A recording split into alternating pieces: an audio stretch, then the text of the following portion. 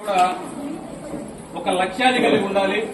ఎప్పుడు మనకి డ్రగ్స్ మీద చెడు వ్యసనాల మీద వాళ్ళకి మైండ్ డైవర్ట్ అవుతుంటే వాళ్ళకి ఏ లక్ష్యం లేనప్పుడు మైండ్ డైవర్ట్ అవుతా ఉంటుంది. వాళ్ళకి ఒక లక్ష్యం ఉన్నప్పుడు ఏంటంటే వాళ్ళకి ఒక లక్ష్యం కోసమే కష్టపడతా ఉంటారు.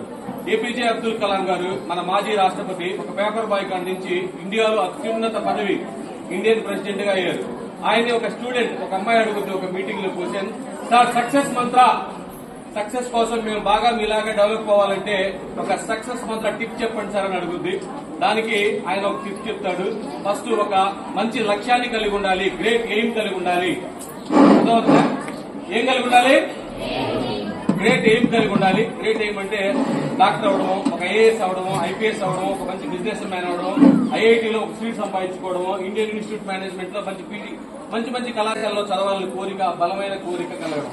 దానికోసం ఇప్పటి నుంచే మీకు మంచి గ్రేట్ ఎయిమ్ కలిగి ఉండాలి.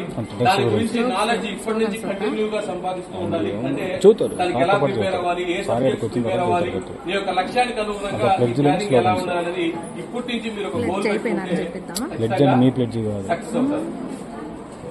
కలాం గారు సక్సెస్ మంత్రాన్ని ఆ పిల్లలకి ఒకటి ఏం కలిగి ఉండాలి? గ్రేట్ ఏం కలిగి ఉండాలి. తర్వాత దాని గురించి కంటిన్యూస్ గా నాలెడ్జ్ సంపాదించాలి, హార్డ్ వర్క్ చేయాలి, పట్టుదలతో సాధించాలి. 4 టిప్స్ చెప్పింది. గ్రేట్ ఏం కలిగి ఉండాలి, కంటిన్యూస్ గా నాలెడ్జ్ సంపాదించాలి, హార్డ్ వర్క్ చేయాలి, సక్సెస్ అవ్వాలి, పట్టుదలతో మీ యొక్క లక్ష్యాన్ని రీచ్ అవ్వాలి. ఇలా మీరు ఏం పెట్టుకుంటే మీ మనసు ఎటు పోదు, ఏ యొక్క చెడు అలవాట్లకి, డ్రగ్స్ కి వాటికి అట్రాక్ట్ కాదు. ఎందుకంటే ఇవన్నీ కూడా ఈ మంచి ఆలోచన లేనోళ్లు, ఫ్యూచర్ మీద ఏ లక్ష్యం లేనోళ్లు మాత్రమే సైడ్కి వెళ్తా ఉంటారు.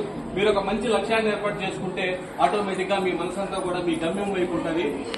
మంచి లక్ష్యాన్ని ఏర్పాటు చేసుకోండి. దానికోసం అవసరమైన నాలెడ్జ్ ని మీ గురువుల ద్వారా కలెక్ట్ చేసుకోండి.